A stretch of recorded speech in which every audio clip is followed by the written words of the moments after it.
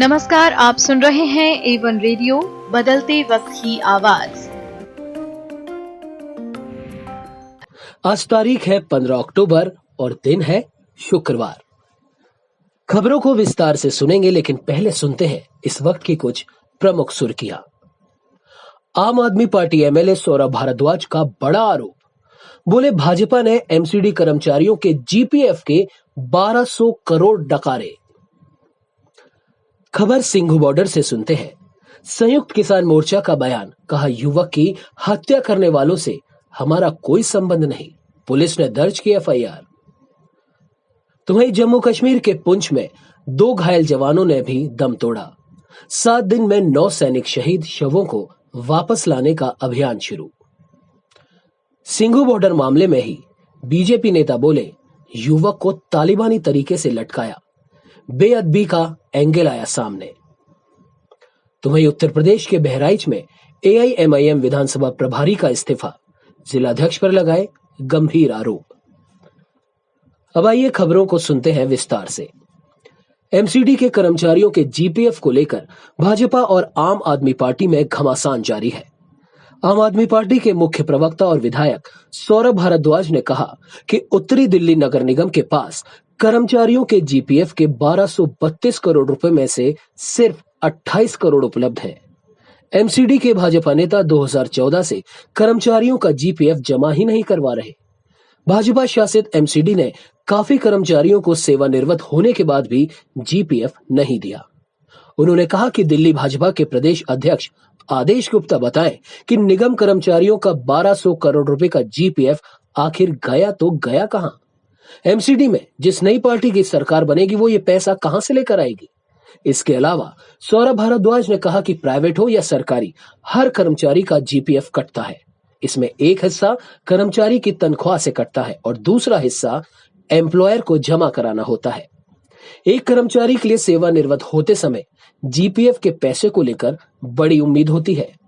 कर्मचारी सोचता है कि सेवानिवृत्त होने के बाद जीपीएफ के पैसे से बच्चों की शादी करवाऊंगा, मकान बनवाऊंगा या फिर काम धंधे के अंदर पैसे लगाऊंगा और जीवन के कई और काम करूंगा जिन्हें नौकरी में रहते हुए मैं नहीं कर पाया। तो वही खबर सिंघू बॉर्डर से है, जहां केंद्र सरकार के 3 नए कृषि कानूनों के खिलाफ पिछले करीब 10 महीने से चल रहे किसान आंदोलन के मंच के पास शुक्रवार की सुबह युवक का हाथ कटा शव मिलने से हड़कंप मच गया। तो वही युवक की बेदर्दी से की गई हत्या ने सबके रोंगटे खड़े कर दिए हैं, जबकि संयुक्त किसान मोर्चा ने इस मामले को लेकर एक बड़ा बयान दिया। संयुक्त किसान मोर्चा ने कहा कि हमारे संज्ञान में आया है कि आज सुबह सिंघू बॉर्डर पर पंजाब के एक व्यक्ति लखबीर सिंह की अंग भंग कर हत्या कर दी गई। इस घटना के लिए घटनास्थल के एक निहंग ग्रुप ने जिम्मेदारी ली है। साथ ही ये कहा कि ऐसा उस व्यक्ति द्वारा सरबलो ग्रंथ की बेअदबी करने की कोशिश के कारण किया गया। खबर है कि मृतक उसी समूह के साथ पिछले कुछ समय से था। तो वहीं पुलिस ने एफआईआर दर्ज कर मामले की जांच शुरू कर दी है। इसके अलावा संयुक्त किसान मोर्चा ने इस नृशंस हत्या की निंदा करते हुए स्पष्ट किया कि इस घटना के दोनों पक्षों, इस निहंग ग्रुप या मृतक व्यक्ति का मोर्चे से कोई संबंध नहीं है। हम किसी भी धार्मिक ग्रंथ या प्रतीक की बेअदबी के खिलाफ हैं, लेकिन इस आधार पर किसी भी व्यक्ति या समूह को कानून अपने हाथ में लेने की इजाजत नहीं है। हम ये मांग करते हैं कि इस हत्या और बेअदबी के षड्यंत्र के आरोप की जांच कर दोषियों को कानून के मुताबिक सजा दी जाए। संयुक्त किसान मोर्चा किसी भी कानून सम्मत कार्यवाही में पुलिस और प्रशासन का सहयोग करेगा। साथ ही उन्होंने ये भी कहा कि लोकतांत्रिक और शांतिमय तरीके से चलाया आंदोलन किसी भी हिंसा का विरोध करता है। जम्मू कश्मीर के पुंछ में जारी एनकाउंटर में गुरुवार से अब तक कुल 4 जवान शहीद हो चुके हैं। घायल हुए 2 राइफलमैन भी इलाज के दौरान आज इस दुनिया में नहीं रहे। इस बात की जानकारी जम्मू रक्षा विभाग के अधिकारियों ने दी। उन्होंने बताया कि आतंकियों के खिलाफ अभियान अभी भी जारी है और अब खबर यह है दोनों जवानों के पार्थिव शवों को वापस लाने के लिए सेना सावधानी से आगे बढ़ रही है। कहा जा रहा है कि जंगली इलाके में आतंकवादियों की मौजूदगी ने काम को थोड़ा मुश्किल बना दिया है और वे सुरक्षा बलों पर गोलीबारी भी कर चुके हैं। गुरुवार को सेना और आतंकियों के बीच मुठभेड़ हुई थी।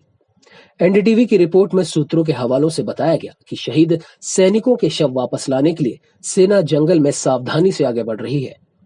पुंछ इलाके में मुठभेड़ सोमवार से ही जारी है। इस दौरान गुरुवार को 2 जवान शहीद हो गए थे।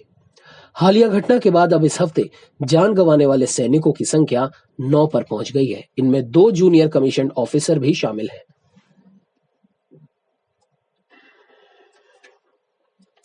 वहीं जैसा कि सर्वविदित है, हरियाणा दिल्ली सिंघू बॉर्डर पर एक युवक की लाश मिली थी जिसके हाथ और पैर काट दिए गए थे।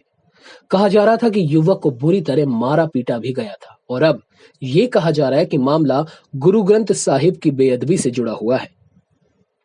युवक की लाश लोहे के बैरिकेड से लटकी हुई मिली थी।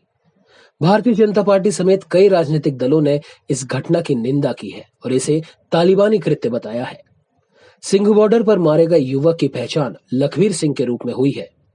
कोंडली थाने के एएसआई के मुताबिक सुबह करीब 5 बजे सूचना प्राप्त हुई कि किसान आंदोलन में निहंगों ने एक आदमी का हाथ काट दिया और उसको लोहे के एक बैरिकेड पर रस्सी से बांधकर लटका रखा है। सूचना पाकर पुलिस मौके पर पहुंची।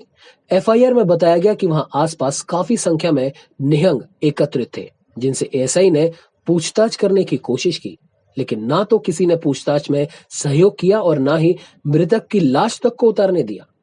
मामले में अज्ञात आरोपियों के खिलाफ आईपीसी की धारा 302-34 के तहत मामला दर्ज किया गया है।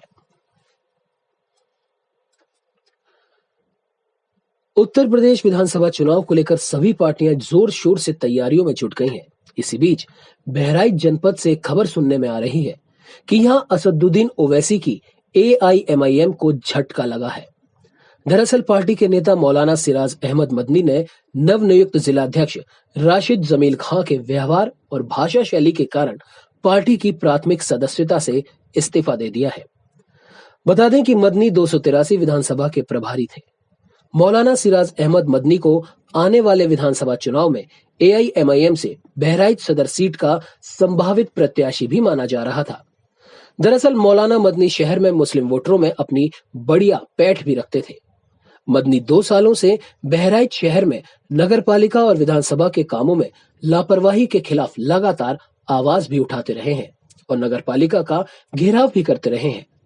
एआईएमआईएम के नवनियुक्त जिलाध्यक्ष राशिद जमील खान के कारण मदनी ने पार्टी के प्राथमिक सदस्यता से इस्तीफा दे दिया है। उन्होंने जिलाध्यक्ष पर आरोप लगाते हुए कहा कि उन्हें कार्यकर्ताओं से बात तक करने की तमीज नहीं है, उन्हें अपनी जुबान में लगाम नहीं है। उनके भाषणों और तकरीरों से हिंदू मुस्लिम विवाद तक हो सकता है।